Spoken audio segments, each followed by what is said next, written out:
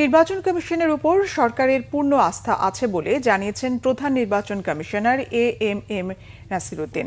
আর নির্বাচন কমিশনার অবসরপ্রাপ্ত brigadier general Sanaullah বলেন, অতীতের মতো নির্বাচনের নামে প্রহসন থেকে বের হয়ে আসতে চায় কমিশন। অন্যদিকে আসন্ন নির্বাচন অতীতের যে কোনো সময়ের চেয়ে চ্যালেঞ্জিং বলে মনে করছেন কমিশনের সিনিয়র সচিব আখতার হোসেন।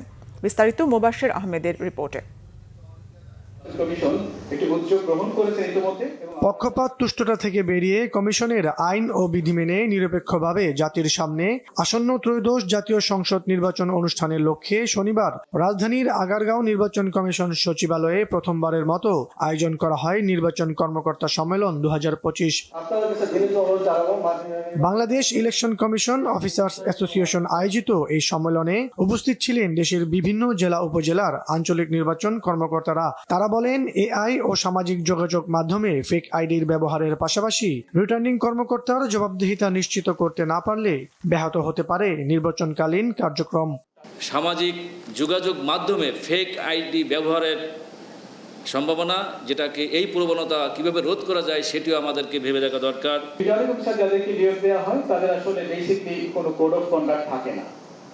আমরা চাই তাদের জন্য একটি কোড অফ কন্ডাক্ট তৈরি করা। নির্বাচনের নামে প্রহসন থেকে বের হয়ে আসতে চায় কমিশন। আর আর্টিফিশিয়াল ইন্টেলিজেন্সের অপব্যবহার ও প্রবাসীদের ভোট গ্রহণ ব্যবস্থা সব মিলিয়ে অতীতের যে কোনো নির্বাচনের চেয়ে আগামী সংসদ নির্বাচন চ্যালেঞ্জিং বলে মনে করছে কমিশন।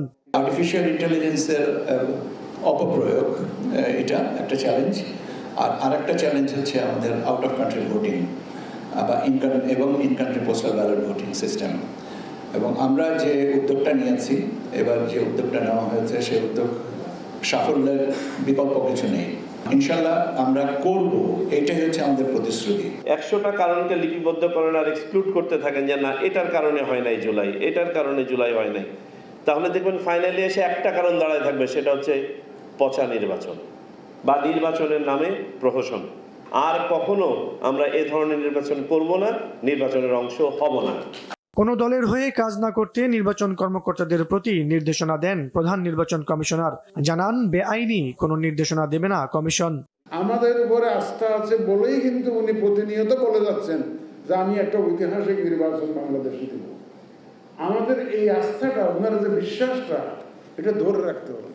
আমাদের প্রমাণ করতে হবে আমরা পারি। অতীতে যাই করে থাকুন না কেন, আমাদেরকে প্রমাণ করতে হবে আমরা এটা পারি। এর কোনো ব্যতিক্রম হওয়ার কোনো সুযোগ নেই।